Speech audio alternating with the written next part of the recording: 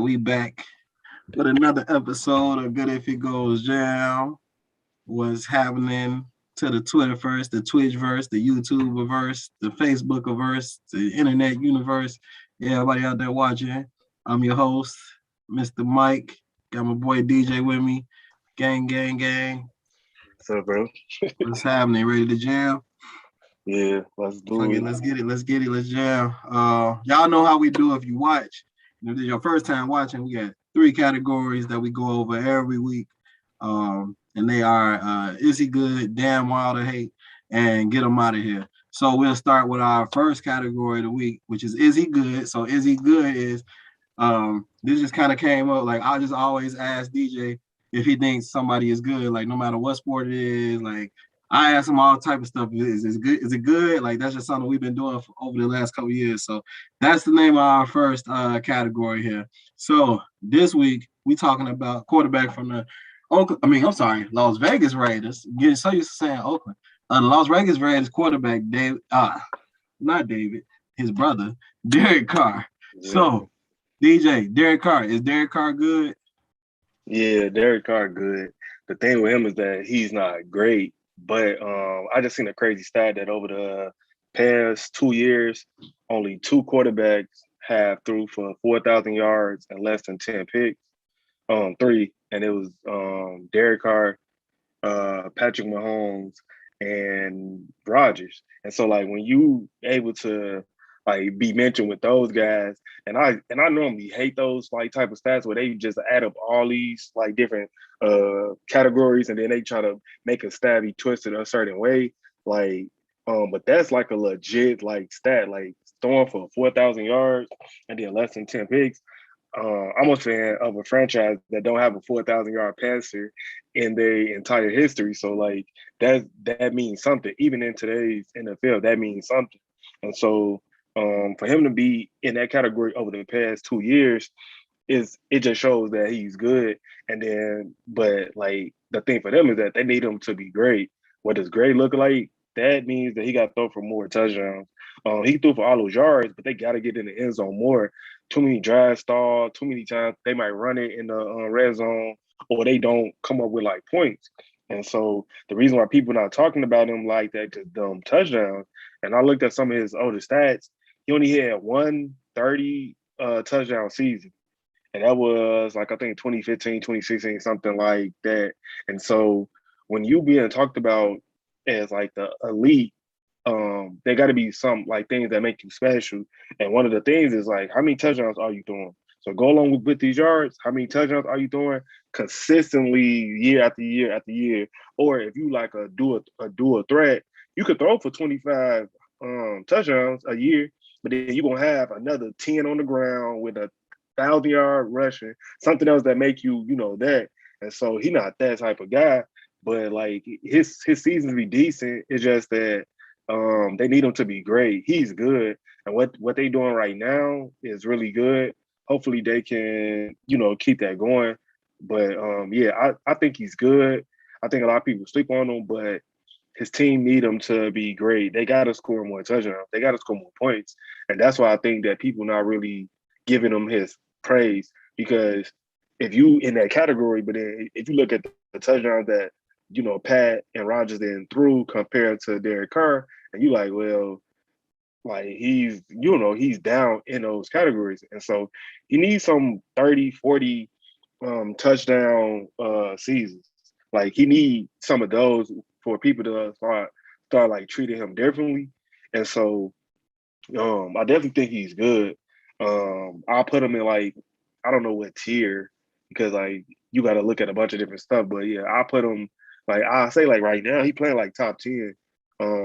Right now I think he's good, but like they need him to be great.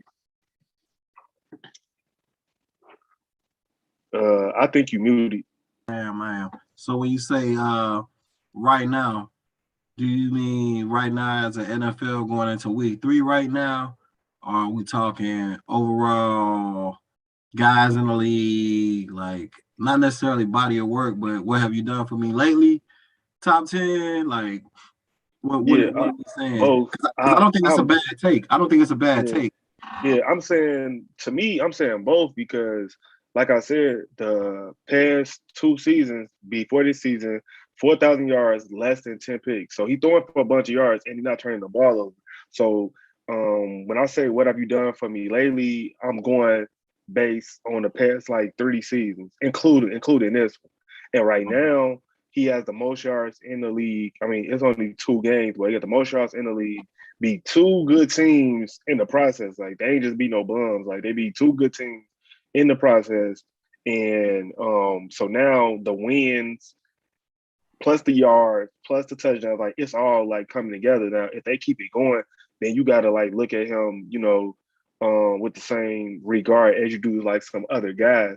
But yeah, like both. Like right now, I think he's a top 10 quarterback, and I think he has been over the past like couple of years because that stat really stood out to me because I would never like put him there. But the thing is that them touchdowns, man, they do a lot of stalling. They stall in the red zone too much, or they might run it, or they just turn it over on downs. They don't get close enough. So sometimes those stats may be empty, but then a lot of guys that got empty stats also don't take care of the ball either. So like that shows that he's still taking care of the ball, even though they may be playing catcher because you can play catcher all you want, but if you're throwing picks, which a lot of times we see guys do, then that's not going to help your whole team. And they be in games like they don't just have like trash seasons. It'd be like a couple of breaks here and there that turn them from like an 8-18 to like a 10-16, which would probably be good enough to get you in like a wild card or something. And so like they always had like those little breaks here and there. And if he get them into the playoffs these past couple of years, I think you look at him differently because he's gonna put up the numbers and the stats. Yeah. But if they got a couple of breaks, they one of those teams where like it'll be fourth quarter, Gruden call a timeout when he shouldn't have, and then the other team kicker like mix the kick and then he make it and then they lose and then or the ball bounced up in the air because somebody didn't catch it in the fourth and then boom they lost. So for them it was always one of those things. And so I think that if they can win more games this year and actually compete in a division, which is hard, I think that people will start talking about him more. So to answer your question, both. Like I think right now and over the past like couple of years, like I think that he has been a top 10 quarterback. It's just that the wins, man. And they beat Kansas City last year. I lost Yeah. money. I lost money on that. But they like the thing is that like the way that he looked in that game, like he got to like for them to be, talked about whatever, he got to look like that more often. I ain't saying that because he played great against them the game that they beat, but get into the ballpark. Like you don't got to be like that because that was like a really great game, but get into the ballpark. It be times where either him or the team they don't, play up to par. I don't think Gruden is a good coach. That can be part of it, but he does have offensive weapons. He got a top 3 tight end. They got speed on the outside. They probably need some more wideouts. They got a good running game, good offensive line. So like the weapons part of it ain't the issue. They got to just score. I think the more for them, it's like scheme. Yeah. So Derek Carr, I keep fucking saying his brother's name. Derek Yeah. Carr, he has like every Raiders quarterback record, like everyone. Um, Even like the old guys like Ken Stabler, Rich passing Gannon, all them. touchdowns, Oh, passing okay. touchdowns, passing Oh, yards, okay. completions. Uh, like he has some regular season records, like most completions in the game and attempts and all. Like he has everything. Do you Um, think that? Hold on. Do you think that Gruden didn't like him for real, or do you think that was just something that the media said? I think it's just something the media said because Gruden never saw a quarterback he didn't like. So I don't know why. Again, this is the franchise leader and everything. It's just Yeah. Derek Carr doesn't have a winning record. Like he 15 games under 500 or something like that. Now Yeah. it is the Raiders, and then he did start his rookie season. They went like 3-13 his rookie year. So he started out -10, and I think Yeah. he like 14, 15 games under 500. So consider your rookie season going 3-13. Okay. Last year, I remember they went on that 3-game losing streak at the end of the season. They was like 7-5, right there for that wild card spot. And then lost 3 in a row and then finished with at 8-8.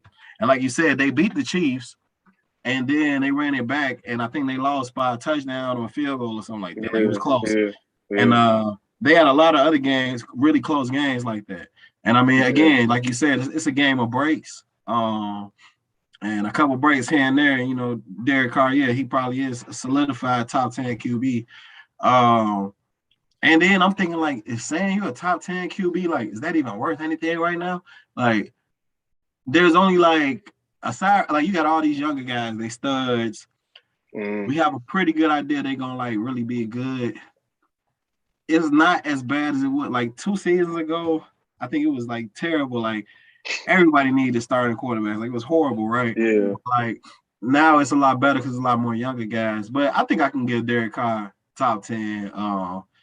Just thought like he pretty much plays like 15, 16 games every season. So he plays, yeah, yeah, he go out there, he lays them up every week. I think he's a pretty good leader. Um, yeah. his receivers, they all right. They all Yeah, right. like that's the one thing that they probably would need. They need somebody else on the outside because that first game, Dan Waller had 19 targets. Like that was like to me that was like crazy. Like I've seen games where like I look at the end and I was like, man, he threw the ball to him that many times. But like watching that game, I was like, bro, like how many targets do he get? And then I think like at halftime he might have hit like 11. I think I looked or something. And then I was like, they need somebody else to get open. Like they need somebody else to like do something. And then I know Ruggs is there, but I don't necessarily know if they're using him right. And then also he be dropping passes. And then I think Snead is there too. And Snead dropped the pass, it hit off his hands. And then so like they need a wideout to do something. I know Al Davis is known for like speed, and then that was the thing. Like give me the fastest guys, just win, baby. And then give me speed. But they got to get guys with like hands. They got to get a possession receiver. Renfro is solid, but like he more of a possession, third down, bail me out. You're not about to go to him like 8 times a game. And so like although he built in like the stature of a guy like Julian Edelman, Amendola, et cetera, but like they don't use him where Julian Edelman was getting 11 targets a game or something like that, like in his prime. They don't use him like that. They really need one of their wideouts to become like great. Hmm. Ruggs, Zay Johnson, I think that's his name. Dude Yeah, that caught the touchdown. against the Ravens. Yeah. Yeah. And then somebody else that I can't think of. Snead is there, but he's not really on nothing. But yeah, they wideout situation is kind of iffy. And then all be said that he's still like leading the league in passing. So somebody getting those passes, like somebody getting that, and then they could run the ball. Jacobs is pretty good, but yeah, like they've been missing on wideouts for a while, like a while. Amari Cooper, and then they traded him. Like don't make sense. Like you don't want to pay him. Like you finally get this stud wideout, and then you like, nah, we cool, and then you trade him. Like, and so like I don't think that did David like because I don't think they did Derek Carr like any favors because that was that year. One of the years he was like really on fire, and they was talking about him in the MVP conversation. That's when they still had Amari Cooper. So he had a number one talent wideout, and they like traded him for whatever reason. And to me, that never made sense because all you doing is drafting guys to get what you traded, which don't make sense. When y'all done missed on all these wideouts all over the years. I think he good. The wideout situation as a quarterback, you can only do so much about that. So that's that front office. They got to get on that. Mm-hmm. Backfield solid though. Josh Jacobs could play a little bit better. I think the Yeah. running game, that passing game opened up a little bit more. But Carr is making the attempt, so he should be able to do it. And then so Las Vegas Raiders 2-0. We Yeah. talked on a good pod last night about that could possibly be a team that gets in that we really wasn't thinking about. So we'll see. Season is still young. Yeah, for sure. For sure. All right, so we're gonna go to our next category. So, um, we got a quarterback situation going on here in Chicago for the Bears. So we're just gonna go straight to the source of the person who could change this problem and get rid of the problem. That's Matt Nagy. So DJ, damn, why all the hate? Why all the hate for Matt? Why all the Matt Nagy hate? And because I'm just like tired of him. Like the front office talk about him as the leader. I guess players like playing for him, cool. But when it comes to like scheming things up and doing things like how it should be done, I'm not really seeing it. I'm not connected to it. Since 2018, when he first started, the Bears had that really good season, but the league has caught up to him, and he hasn't really made any adjustments. Now he had Maserati Mitch, and that does leave you limited because Mitch stayed overthrowing, wide open guys. But then you watch a play like after like the second or third pick last week, they run an option, and then Justin Fields, like he's running and he's going to look like he's going to score, and then somebody missed a block. Now that should have been a touchdown. That's not on Nagy. But then who they had a block? Jimmy Graham. That's on Nagy because you calling the wrong personnel for that. Jimmy Graham don't block. And Jimmy Graham was not about to block a corner, like, or a guy that's way faster than him. So that's still on Nagy. Like, he schemed it up. That should have been a touchdown if it was blocked. But like, for him to put that personnel in the game, Jimmy Graham do not block. Like you KYP know your personnel, and so like just the way that they've been handling or mishandling this quarterback situation just really doesn't make sense. Like, it's a way to come out and say something and stick with it, but then when the media asking you questions and you got the stupid look on your face, and then you answering it, and you think you being like you outsmarting people, and they ask you, well, Justin gonna start? Oh no, that's scheme, or oh no, this, that's that. Like, bro, like we gonna find out soon because y'all got to put out the injury report, right? They got to go out. That's like a public thing, and then you can't hide injuries. You got to report everybody that's playing, that's active, or everybody that's not. So teams is gonna find out. Like, you really can't hide the things. And I just schematically, like, just watching them, it's like they often don't ever look in sync. It did look good with Andy Dalton in that first drive, but then it'll be like, all right, that might have been the first 15 plays scripted, but then when you come off script, it's like, now what? Like, yeah, and then some of these guys don't be helping them. Like, we got wide receivers dropping touchdown passes, et cetera, et cetera. But I don't think he necessarily put his guy in the right position. It's just gonna be interesting to see what they do this week, because now Justin Fields get all the reps, first team reps, right? So now he get to practice against the ones and defense, and he get to figure out what the Browns do on defense as well, right? He gets all those looks, and he get to see those different things. But and he's Nagy guy. Clearly, he's Nagy guy because they traded up all those picks to go get him. They don't do that unless that's your guy, right? And so I need to see him put guys in a better position. They finally been able to run the ball, which we've been talking about for like years. And then your plastic pass not worth nothing. Like, it just don't make sense. And this is an offensive guru.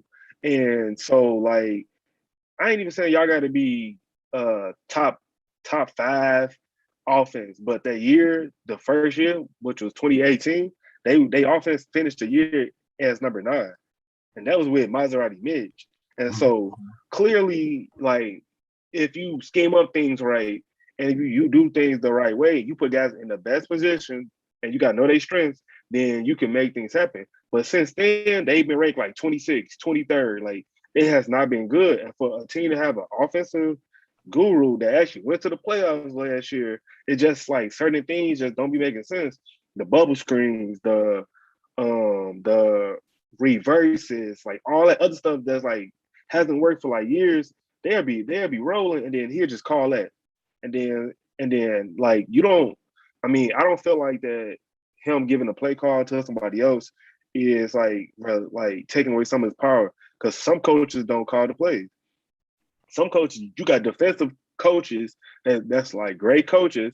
They're not calling no offensive plays, but if you offensive coach, you feel like if you need to call the plays, like, no, like, that's not that's not a thing that's gonna make you a good to great coach. Like you got to manage so many other things. But if you calling the plays and they're not working, then like what's going on? Right. Because it's your scheme, it's your play design. Everything goes through you if you're an offensive head coach. So all that stuff is going to go through you anyways. And so like you can tell the coordinator, be like, hey, I like this look. Let's go with that. And then he can call the play that's boom, boom, boom. All right, that.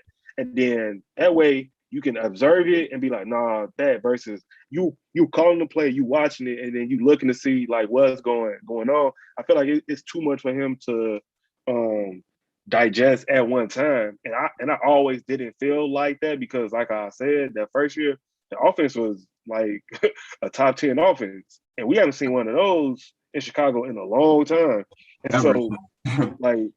so like but the league caught up with him and he never adjusted. And then that's my biggest problem is that like in-game adjustments, season adjustments, like all that stuff. Like, and the Bears got good skill position. If you know your offensive line trash, then you got to call things to help them out. And then even going back to like the first game, they was running the ball. David Montgomery was averaging 7 yards, like almost 7 yards a carry, and they called no flash passes. Bruh, like I know you know Aaron Donald is there and everybody else is there, but flash and pass for everybody.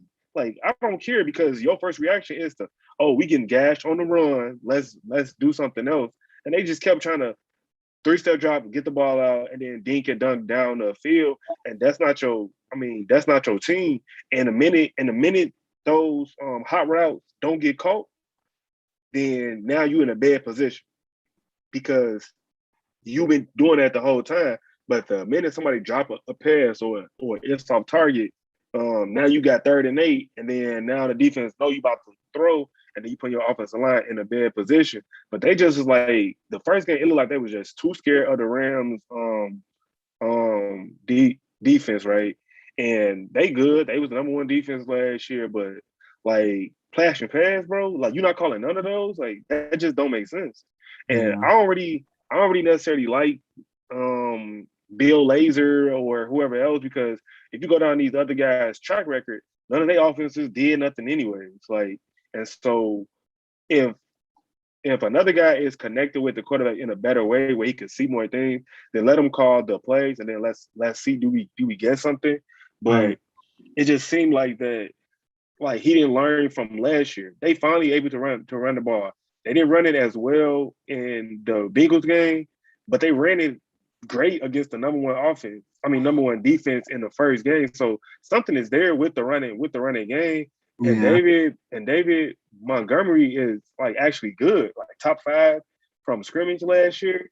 So like you got a good running back, you got good skilled position players. You don't use your tight end, which is a staple of his offense, and they don't use the tight end enough. And I'm not just seeing a bunch of creativity. Like I'm not seeing a bunch of like, oh, this guy is wide open. Oh, he just schemed this. Like I've been watching football a while, and it just like how people be talking about like the eye test or whatever. Like Nagy offense is not passing the eye test. It's just not. It's just it looks stagnant. It looks like they not all like one unit, right? It don't look fluid. And man, I keep going back to 2018, the number 9 rank offense. So like with similar type guys and like that. So he can do it, but he just haven't done it in a while.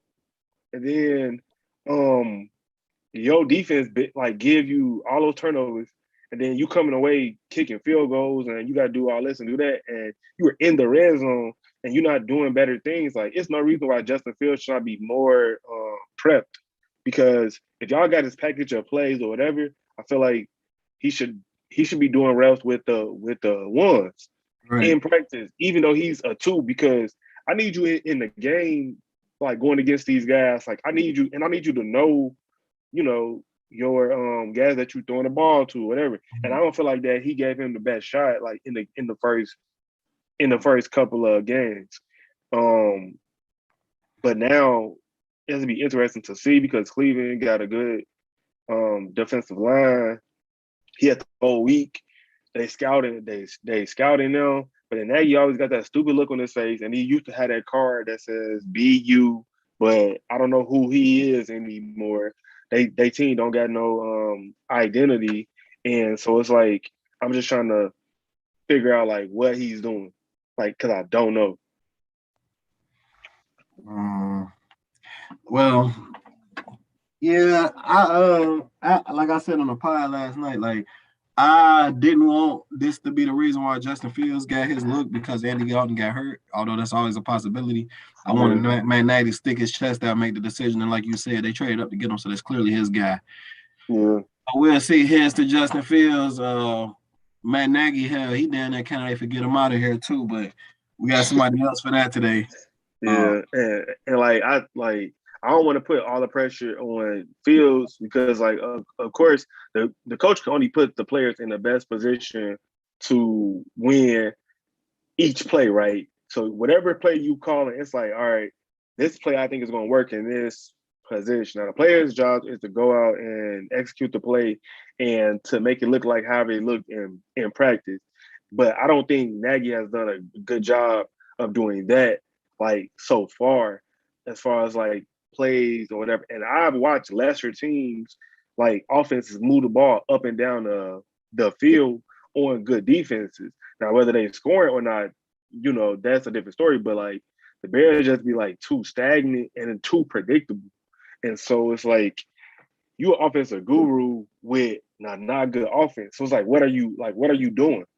What are you doing? If he was a defensive coach, I probably wouldn't feel as much because we used to the Bears having defensive coaches, and then we all hated the offensive coordinators, right?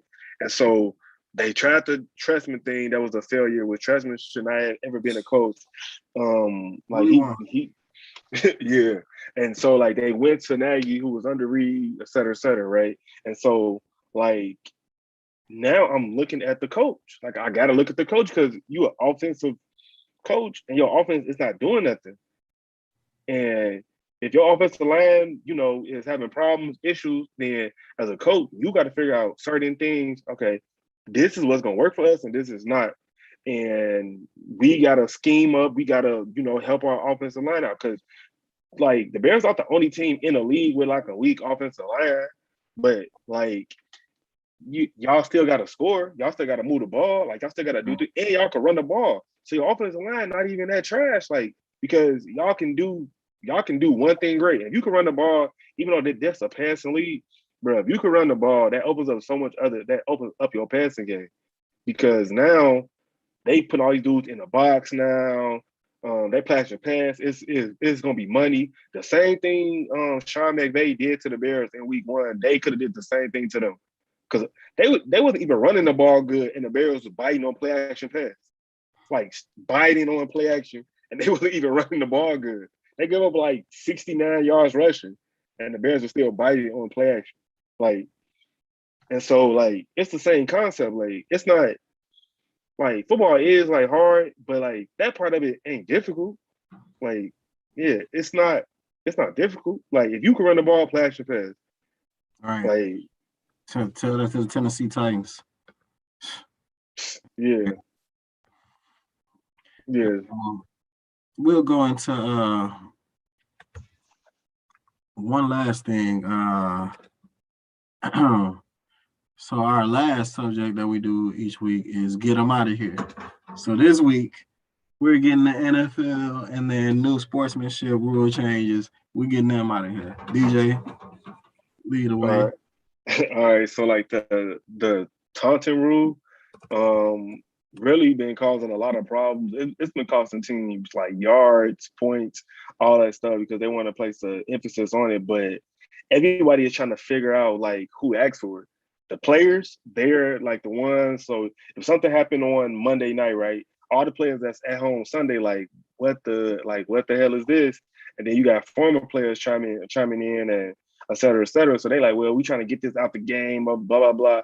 I don't think I ever heard a player like come out and say, man, that guy was taunting me. Like, it made me feel bad. Like, what? Like in a football game? Like, Like it don't matter. They might want to push and shove, but then that's it. Like afterwards, and so like that's fine because the casual fan, the real life hardcore fan, we all want to see that stuff, and they kind of like trying to. It's slowing down the game, and then you taking out emotion out of like football, like you taking out part of the emotion out of the game, and football that's dangerous because in order to be great, in order to be good, like you gotta have the passion, you gotta have emotion, you gotta have feeling. Because if you don't, if you just out there going through the motions, you can get hurt. Like you can get severely hurt because you going through the motion. So football is a emotional game, and for them to do that don't make sense. But at the same time, you can catch a pick and tell all your teammates, follow me to the jumbotron, so we can take pictures and post it on our social media. But I can't like hit a guy and then point to my muscles, or hit a guy and then like and then say something to him like I told you not to bring it over the middle, and now I got 15 yards, and now they back on the field, and whatever the case may be. And so, like, it really don't make too much sense. I don't really know where it came from. And usually, like the NFL, they'll see something one season, and then they be like, "Oh man, we got too much of this. You need to take this out the game." And then the competition committee does their thing in the summer, and then we come up with all these new rule changes, et cetera, right? And so, one thing I've been noticing is that whatever they call on the field, they've been sticking with this year, whether it's bad or good. Like Julio Jones, they cost him a touchdown week one. It was a terrible call, and other little things like so they've been consistent with that. But like this taunting thing, it's like, where did it come from? And what like evidence or support or data did that use to be like, well, this is slowing up the game, this is doing this or doing that. But then you built like NFL stadiums now got that little camera where all the Yeah, dudes, yeah, like that's something that all the stadiums got. So they all got a celebration. So you mean to tell me that me flexing or me saying something crazy to another dude is worse than 11 guys running to a camera and taking a picture? Like they be running from no matter where they like if they catch a touchdown, if they catch a pick in the other team's touchdown or whatever, they running 100 yards to go and like flex man. and do all that. And Don't let so don't like let a defensive player get a fourth down stop or fumble recovery or a pick, and it's not even a yeah, pick six. They running their ass yeah, all the way down, and they like, yeah, "Come on, it's our chance, y'all! Come on, all 11." yeah. Yeah, and they put the celebrations back in the game, which is good. Like if guys catch touchdowns, but I haven't really seen no good celebrations yet this year. Um, but like they put that back. Okay, that's cool. But then y'all like got this taunting rule, but y'all built a camera. Like y'all, it's a special camera too. It's not like the regular camera that they be using for everything else. So they got this special camera just strictly for the defense to run down that goes on their social media. Like, because if you follow the NFL or if you follow certain teams, the guys be taking pictures or whatever the case may be, and it's not even as like creative. That building that camera that kind of took away the creativity because everybody do the same thing now. Versus when they brought back the you could dance in the end zone thing, it was a lot of good end zone dances and a lot of good like touchdown celebration things like the Bears did the Temptations that year, and then it was like a lot of good things. But now everybody just go stand in front of their camera, and then certain guys celebrate touchdowns and don't. But I don't just understand the taunting rules, and for that, maybe we gotta get them up out of here. Um, yeah, I'm right here with you, man. Celebrations make the NFL fun, like, Yeah, but it's been the NFL no fun league for years, so yeah. I'm right here with you though. So we'll see, man, what happens. Yeah, and then speaking of like, how we always talk about like cleats on Sunday morning. Like the guys don't even get a chance to wear those cleats. They go practice in those cleats, and then um they got to put on some other cleats. Like why do cleats matter if it's a? Because I know they came out sponsorship and you can wear that, but if I got some Nike cleats who make our jerseys and they customize, why can I wear those in the game? Like it's showing creativity, it's showing fun, it's showing, but like you said, it's the no fun league, and they like to they always talking about what ain't nothing bigger than the shield, blah blah blah. Like, boy, Yeah. who cares about that shield? Like, black people make the NFL what it is. Like, and people want to see, that. Like, they want to see, players having fun and doing things on the field. Like, literally, nobody has ever. I've never heard a player come out and be like, man, I was getting taunted, man, and it hurt my feelings or said something silly like that. Like, no, they was just like, man, he a good trash talker, and I gotta Right. step my game up, or yeah, like he said something crazy, and I wanted to go out and I wanted to put hands on him or whatever they said. Nothing has ever been said. Well, they need to take it out the game because gas talk crazy all like throughout the game. Football is a very emotional sport, and if your emotions and your heart and everything is not in it, you're not going to be good. Like, you can't be going through the motions. Like, that just don't work. Uh-huh. Shout And out so, to Akil Talib. You know what I'm saying? We need people like that in the league to keep making the league fun.